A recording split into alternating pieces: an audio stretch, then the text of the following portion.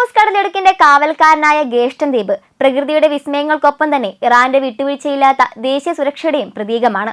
UNESCO അംഗീകരിച്ച ഈ geological മ്യൂസിയത്തിന് താഴെ വിദേശ ശക്തികളുടെ ഭീഷണികളെ പ്രതിരോധിക്കാൻ ഇറാൻ ഒരുക്കിയിരിക്കുന്ന അതിനൂതനമായ ഭൂഗർഭ മിസൈൽ നഗരങ്ങൾ മാതൃരാജ്യത്തെ സംരക്ഷിക്കാനുള്ള ആ രാജ്യത്തിന്റെ ദൃഢനിശ്ചയത്തെയാണ് കാണിക്കുന്നത്. സാമ്രാജ്യത്വ കടന്നുകയറ്റങ്ങൾക്കെതിരെയും ഉപരോധങ്ങൾക്കെതിരെയും ഇറാൻ കെട്ടിപ്പടുത്തിയിരിക്കുന്ന ഈ സൈനിക ശൃംഖലകൾ മേഖലയിലെ സമാധാനം ഉറപ്പാക്കുന്നതിനുള്ള ഒരു മുൻകരുതൽ കൂടിയാണ്.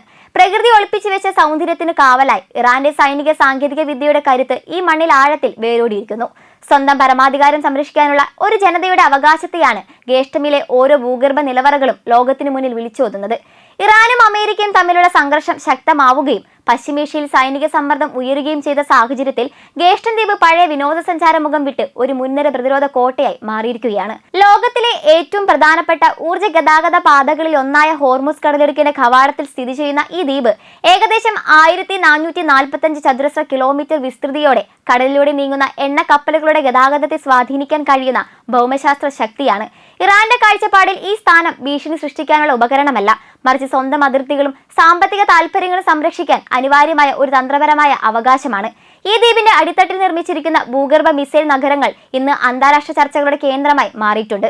മലനിരകളുടെയും പാറക്കെട്ടുകളുടെയും അടിയിലായി വ്യാപിച്ചു കിടക്കുന്ന ഈ രഹസ്യ ശൃംഖലകൾ മിസൈലുകൾ സംരക്ഷിക്കാനും അതിവേഗത്തിൽ വിന്യസിക്കാനും കഴിയുന്ന വിധത്തിലാണ് രൂപകൽപ്പന ചെയ്തിരിക്കുന്നത്.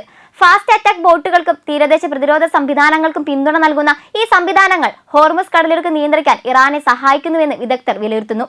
എന്നാൽ ഇറാന്റെ നിലപാട് വ്യക്തമാകുന്നത് ഇതിലൂടെയാണ്.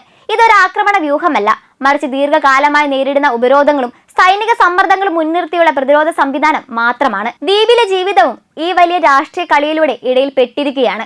ഏകദേശം 1.5 ലക്ഷം ആളുകൾ താമസിക്കുന്ന ഗേഷ്ടം സമുദ്രവുമായി ചേർന്ന ഒരു സംസ്കാരത്തിന്റെ കേന്ദ്രമാണ്. ബന്ധാരി ഭാഷ സംസാരിക്കുന്ന ഇവിടുത്തെ ജനങ്ങൾ മത്സ്യബന്ധനത്തിലും കടൽ വ്യാപാരത്തിലും ആശ്രയിച്ചാണ് ജീവിക്കുന്നത്. നൗറൂസ്, സയാദി പോലുള്ള ആഘോഷങ്ങൾ കടലിനോടുള്ള അവരുടെ ആത്മബന്ധത്തിന്റെ പ്രതീകമാണ്. എന്നാൽ യുദ്ധത്തിന്റെ നിഴൽ ഈ ജീവിത രീതികളെ പോലും ബാധിച്ചിരിക്കുകയാണ്. അമേരിക്കൻ വ്യോമാക്രമണത്തിൽ ദ്വീപിലെ പ്രധാന ഡിസാലിനേഷൻ പ്ലാന്റ് തകർന്നതോടെ നിരവധി ഗ്രാമങ്ങളിൽ കുടിവെള്ള വിതരണം നിലച്ചുപോയി. ഇറാന്റെ കാഴ്ചപ്പാടിൽ ഇത് സിവിലിയൻ അടിസ്ഥാന സൗകര്യങ്ങളെ ലക്ഷ്യമിട്ട ഒരു ഗുരുതരമായ നടപടിയായിരുന്നു.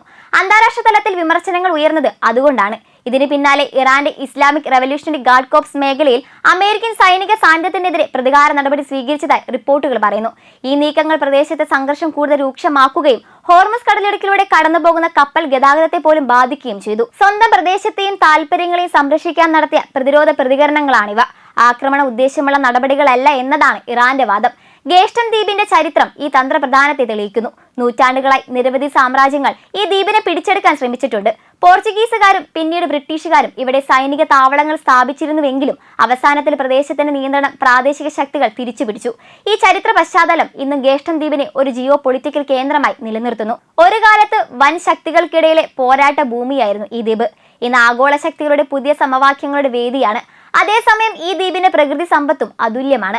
2006 യുനെസ്കോ അംഗീകരിച്ച ഗേഷ്ടൻ ജിയോ പാർക്ക് മിഡിൽ ഈസ്റ്റിലെ ആദ്യത്തെ ജിയോ പാർക്കാണ്. നമോഗ്ദാൻ ഉപ്പുഗുഹ ലോകത്തിലെ ഏറ്റവും നീളം കൂടിയ ഉപ്പുഗുഹകളിലൊന്നായി കണക്കാക്കപ്പെടുന്നു. ചാക്കു മലയിടുക്കിന്റെ കല്ലുമതിലുകൾ പ്രകൃതിയുടെ ശില്പകലയുടെ ഉദാഹരണമാണ്. ഹാര കണ്ടൽക്കാടുകൾ ദേശാടന പക്ഷികളുടെ പ്രധാന ആവാസ കേന്ദ്രമാണ്.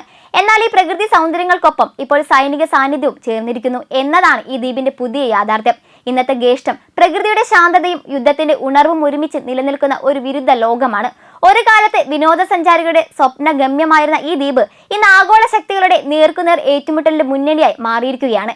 എന്നിരുന്നാലും ഇറാന്റെ കാഴ്ചപ്പാടിൽ ഗേഷ്ടം ഒരു സൈനിക താവളം മാത്രമല്ല, അതൊരു രാഷ്ട്രത്തിന്റെ സ്വയം രക്ഷയുടെ പ്രതീകമാണ്. തന്റെ ഭൗമശാസ്ത്രപരമായ അവകാശങ്ങൾ ഉറപ്പാക്കാനുള്ള ഒരു ശക്തമായ പ്രഖ്യാപനമാണ്.